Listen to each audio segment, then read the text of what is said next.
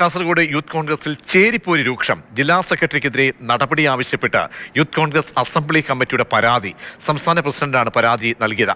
സാരംഗ് സുരേഷ് നൽകും വിവരങ്ങൾ. സാരംഗ്, നേരത്തെ തന്നെ ഉണ്ടായിട്ടുള്ള സംഭവങ്ങളുടെയൊക്കെ തന്നെ തുടർച്ചയാണോ ഈ ചേരിപ്പോര്? അത് എത്രത്തോളം അത് മറനീക്കി പുറത്തേക്ക് വരുന്നുണ്ട്? പ്രജീഷ്, കാസർകോട്ടെ യൂത്ത് കോൺഗ്രസ് ജില്ലാ കമ്മിറ്റിയെ സംബന്ധിച്ച് വലിയൊരു പൊട്ടിത്തെറിയിലേക്ക് തന്നെ കാര്യങ്ങൾ പോകുന്നുവെന്ന് നമുക്ക് പറയാൻ സാധിക്കും.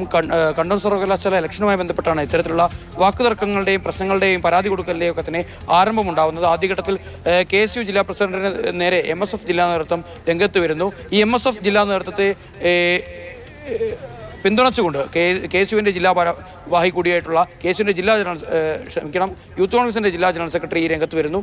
അതിന് തൊട്ടു പിന്നാലെയാണ് ഇത്തരത്തിൽ KSU നേതാക്കളടക്കം, അതിനു തൊട്ടു പിന്നാലെ യൂത്ത് കോൺഗ്രസിൻ്റെ ജില്ലാ നേതാക്കളടക്കം, ഏറ്റവും പ്രധാനമായി കാസർഗോഡ് മണ്ഡലം ഭാരവാഹികൾ നേരിട്ട് ഇറങ്ങുകയായിരുന്നു. ഇത്തരത്തിൽ ജില്ലാ ജനറൽ സെക്രട്ടറി എന്ന് പറയുന്ന ആൾ ഷുഹൈബ് വധക്കേസിലെ പ്രതിയായ ആകാശ് തിലങ്കേരിയെ അടക്കം സൗഹൃദം പുലർത്തുന്ന ഒരാളാണ്. ഇത്തരത്തിൽ മുൻപ് പലതവണയായി അച്ചടക്ക നടപടികൾക്ക് വിധേയനായിട്ടുള്ള ഒരാളാണ്. അത്തരത്തിലുള്ള ആളുകളുടെ വാക്കുകൾ മാനിക്കേണ്ടതായില്ല. KSUവിനെ ജനങ്ങൾക്ക് മുന്നിൽ ഇത്തരത്തിൽ അപഹാസ്യരാക്കി തീർക്കുന്ന രീതിയിലുള്ള പത്രപ്രസ്താവനകൾ നിരന്തരമായി പുറത്തിറക്കുന്ന യൂത്ത് കോൺഗ്രസിൻ്റെ ജില്ലാ നേതാവിനെതിരെ കടുത്ത നടപടി വേണമെന്നാവശ്യപ്പെട്ടുകൊണ്ടാണ് ഇപ്പോൾ യൂത്ത് കോൺഗ്രസിൻ്റെ മണ്ഡലം പ്രസിഡന്റായ ആബിദ് എടച്ചേരി ഇപ്പോൾ യൂത്ത് കോൺഗ്രസിൻ്റെ സംസ്ഥാന പ്രസിഡന്റായ രാഹുൽ മാങ്കൂട്ടത്തിന് പരാതി നൽകിയിരിക്കുന്നു.